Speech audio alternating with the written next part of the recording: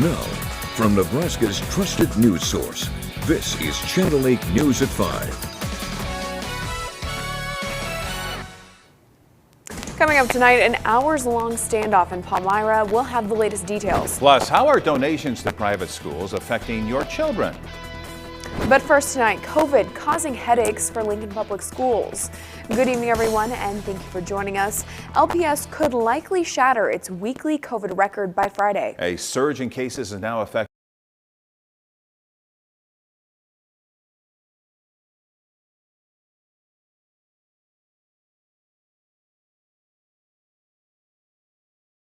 Your computer is a lifeline.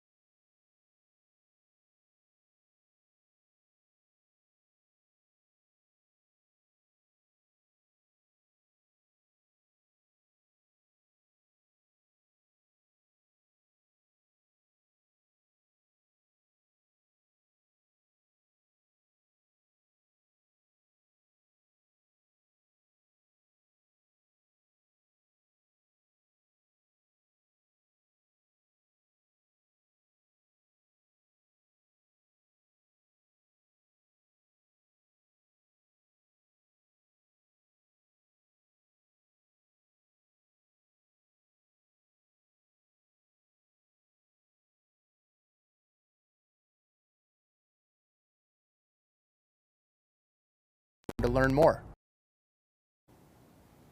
Welcome back, everyone. We apologize for the technical difficulties there. Back to our top story tonight.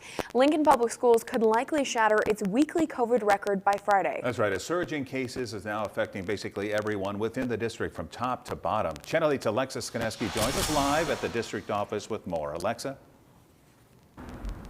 Staffing shortages, it's something we talk about often, and with Omicron, it's making things worse, infecting students and Lincoln Public School staff.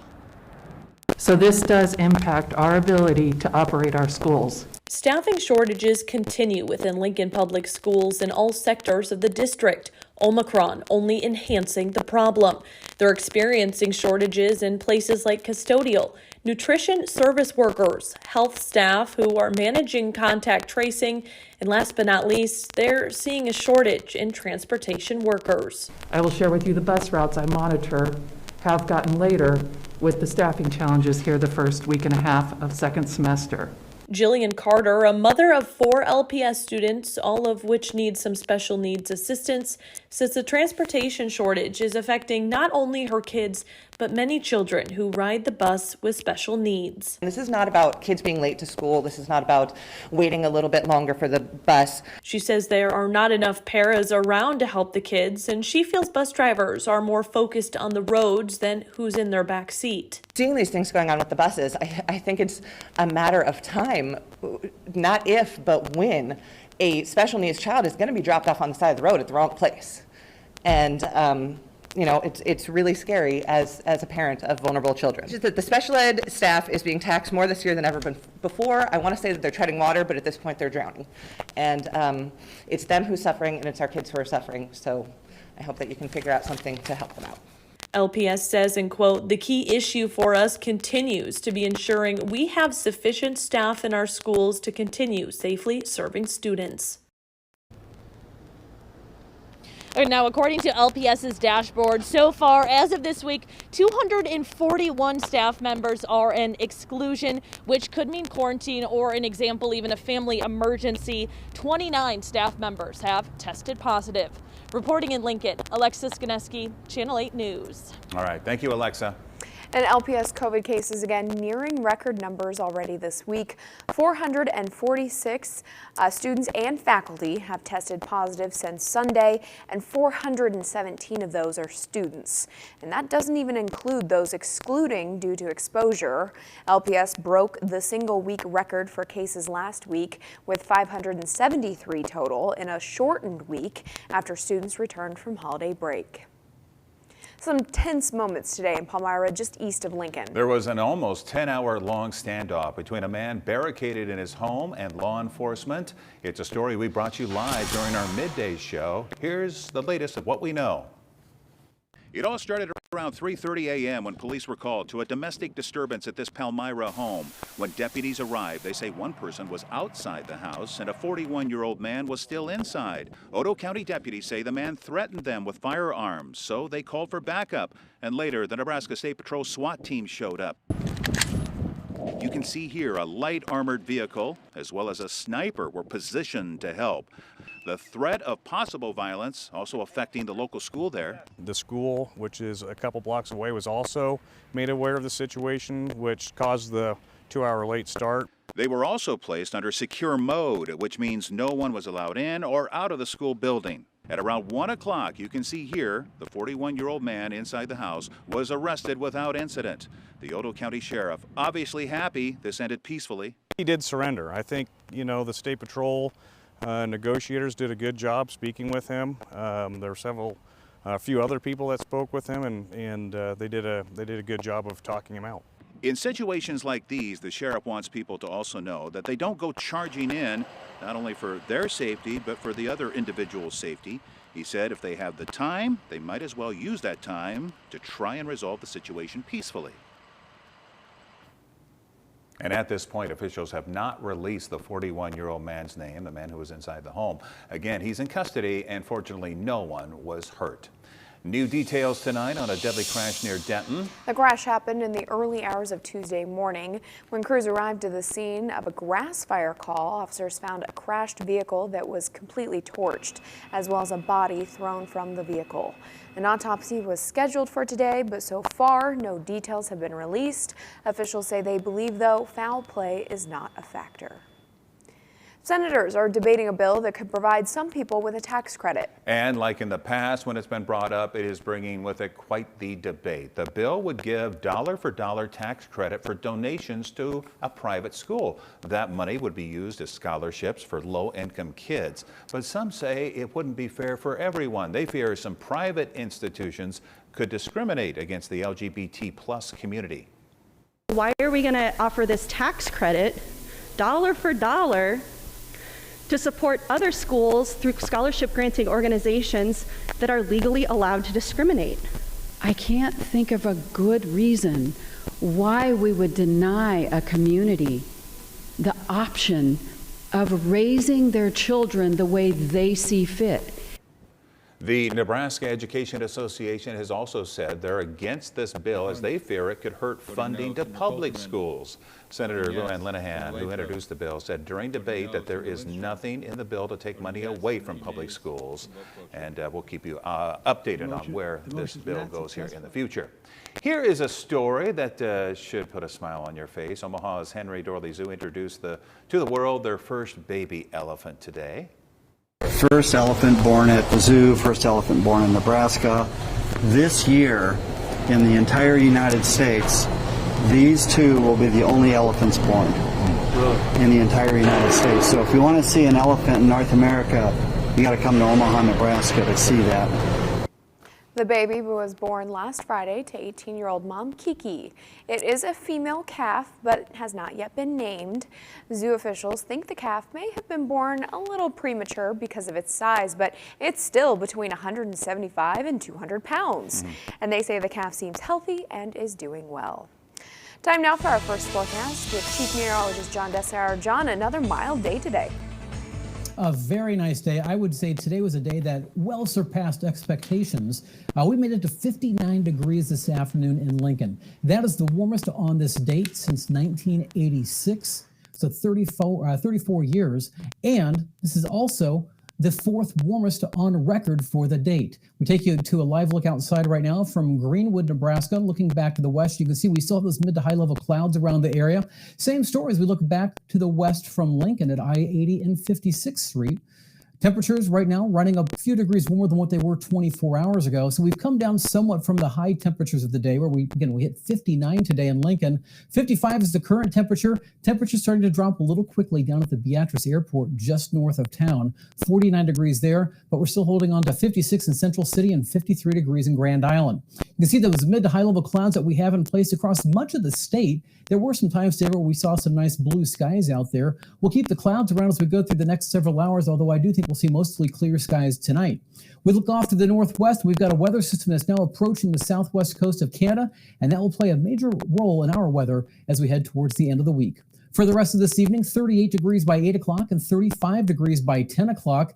We'll talk more about that weather system off the northwest coast of the United States and how it could impact us. Again, that's coming for the end of the week and for the start of the weekend. That's a My Storm Alert Team forecast coming up in just a few minutes. All right, thank you, John.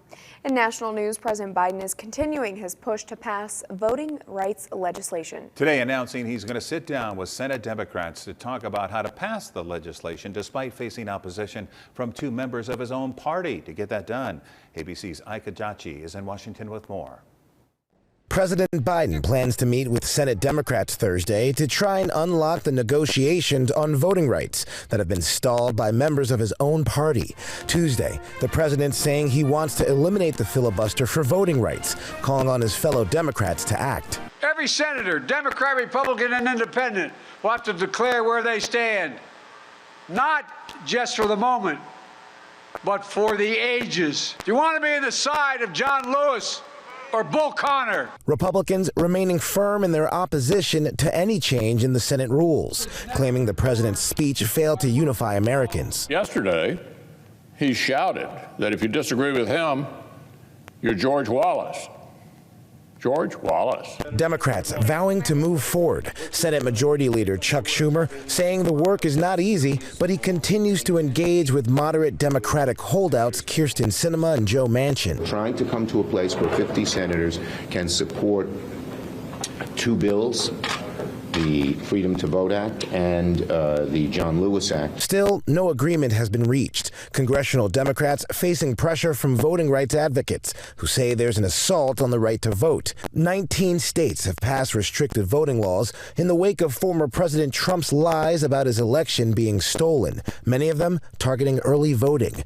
And new data from the Brennan Center for Justice reveals many candidates for top state election administration roles are fundraising at a record pace, with some of the biggest hauls going to candidates who've made denying the results of the 2020 presidential election a central focus of their campaigns.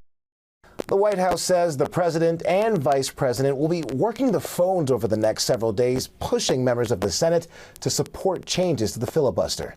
Eyewitness, ABC News, Washington. Now to that ABC News exclusive interview with Jamie Lynn Spears, the younger sister of Britney Spears. She's out with a new book called Things I Should Have Done, detailing what it was like growing up in the Spears family and her relationship with the pop star. ABC's Morgan Norwood has the latest from Los Angeles. Jamie Lynn Spears, songwriter and mother of two, is speaking out about the pressures she says came with that famous last name and her family's complicated dynamics in her new book, Things I Should Have Said.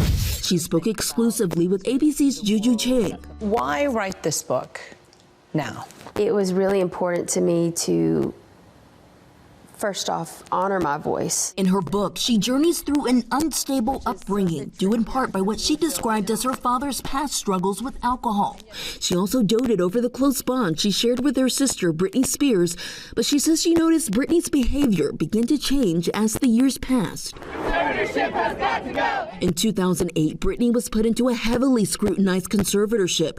Last June, before it was dissolved, Britney testified in court calling it abusive, saying, "I honestly would like to sue my family, and my family has lived off my conservatorship for 13 years. There was no me overseeing funds or something like that, and if that was, it was a misunderstanding, but either way, I took no steps to be a part of it. Spears saying for the first time she tried to give Britney the resources she needed to end the conservatorship. Went out of my way to make sure that she had the contacts she needed to possibly go ahead and end this conservatorship and just end this all for our family. If it's going to cause this much discord, why continue it? And there's been speculation that the discord continues, many of Britney's fans attacking Jamie Lynn online, noting that Britney recently unfollowed her on Instagram. And despite their complicated relationship, Jamie Lynn says she still has deep love for her big sister. I've only ever loved and supported her and done what's right by her, and she knows that. So I don't know why we're in this position right now. Britney and Jamie Spears did not respond to ABC News requests for comment. Morgan Norwood, ABC News, Los Angeles. Now, your Storm Alert Team forecast with Chief Meteorologist John Dessauer.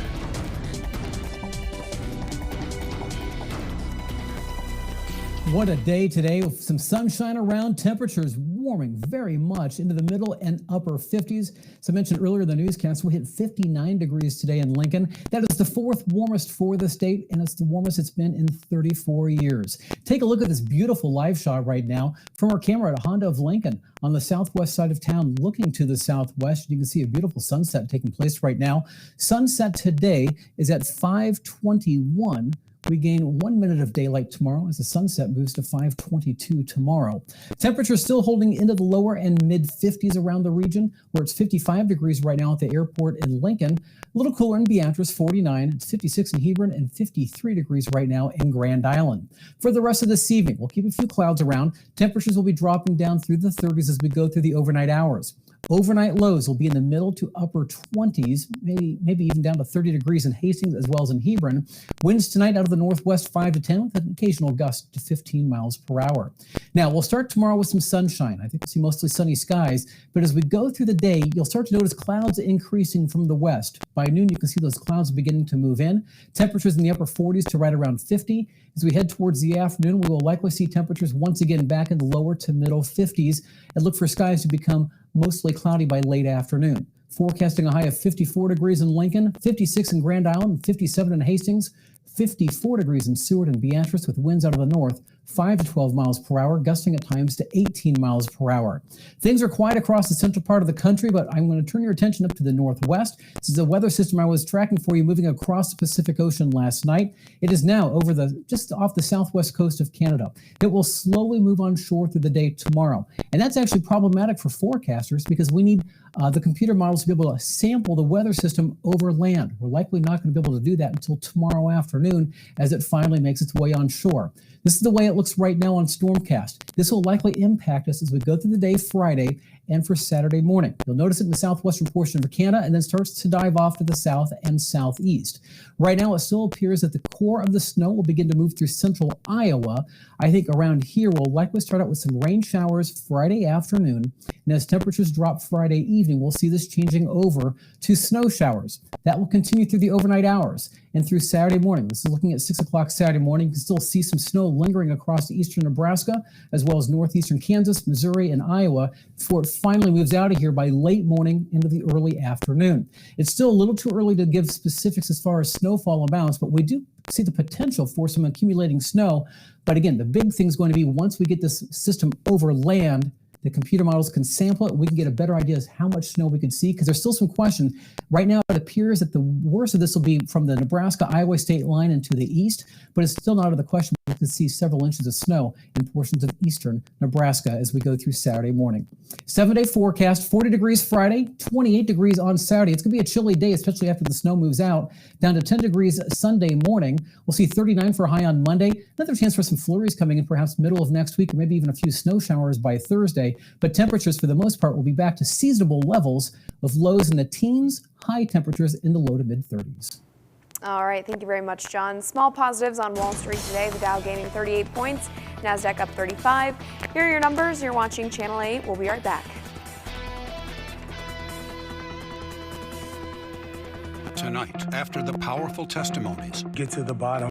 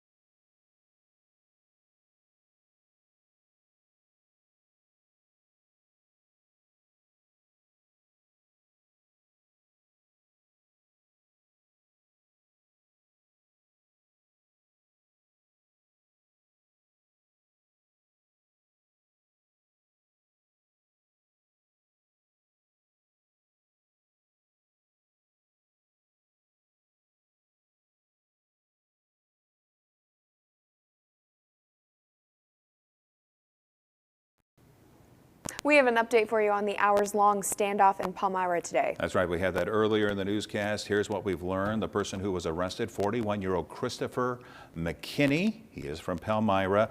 He's in jail right now on warrants of domestic assault, terroristic threats, and use of a weapon to commit a felony. Officials tell us he had 2 firearms on him. And of course, we'll keep you updated if we learn any more on this story tonight at 6 and 10 o'clock. Finally tonight, a man credits the pandemic with losing 200 pounds. And a couple turns amateur detectives to find a stolen show dog. Here's tonight's Take a Look at This. For a lot of us, COVID times has not exactly done wonders for our waistline. However, a Hawaii man is crediting the pandemic for motivating him to lose more than 200 pounds. A couple of years ago, Joshua Swiger weighed more than 400 pounds. If he looks familiar, you may have seen him on Jeopardy in January of 2020. I became known for being the Aloha shirt guy on Jeopardy. I was, according to the charts, morbidly obese. When the pandemic hit, Swiger's tourism company went belly up, and his looming job search set him on a self-improvement mission. Soon, watching his diet and doing daily exercises turned into a new lifestyle for Swiger, who ended up losing half his body weight. Swiger's career was transformed as well. He's now a fitness instructor and personal trainer. I don't think I would have done this without the pandemic, and that's a really weird thing to say. From pounds lost to a show dog found, thanks to some amateur detectives in Minnesota. Michelle Baker had driven from Iowa to St. Paul to enter her award-winning boxer Jasper in a dog show. But before she could, her van was stolen, with Jasper in it. Thankfully, the Wentz family was soon on the case. I'm on the phone with her and I'm like, we just found the vehicle. And she's like, what? St. Paul natives and fellow dog owners Tara and James Wentz had recognized the man seen in a surveillance photo from the incident and went to his house, where they found the van. She gave me permission to break the window. I shattered the window quick, got inside. The dog was still in the back shivering. I just screamed at her, he's alive, and she lost it. Now, thanks to the Wentz's kindness and craftiness, Jasper is on his way home. For Take a Look at This, I'm Jeremy Roth. That's why we like to run those stories at the end of our newscast. With all the sad and bad news today, sometimes these put a smile on your face, make you feel good, Leave right? you with a good note. John's making us feel good with this weather. This has been fantastic, hasn't it? Temperatures stay in the upper 50s to near 60 degrees. Lincoln hitting 59, the warmest, or the fourth warmest on record for the date. Now, for the rest of the evening, we'll see temperatures starting to drop off. We'll be down to 38 degrees by 8 o'clock and 35 degrees by 10 o'clock. We'll keep a few clouds around. We'll see temperatures back in the 50s again tomorrow, but just know Friday becomes our transition period where we start seeing some snow returning to the area perhaps Friday night and through Saturday morning. So don't get caught off guard by colder temperatures coming our way as early as this weekend. All right, thank you, John, and thank you all for joining us tonight. World News with David Muir is coming your way next, and then we'll see you back here at 6 o'clock.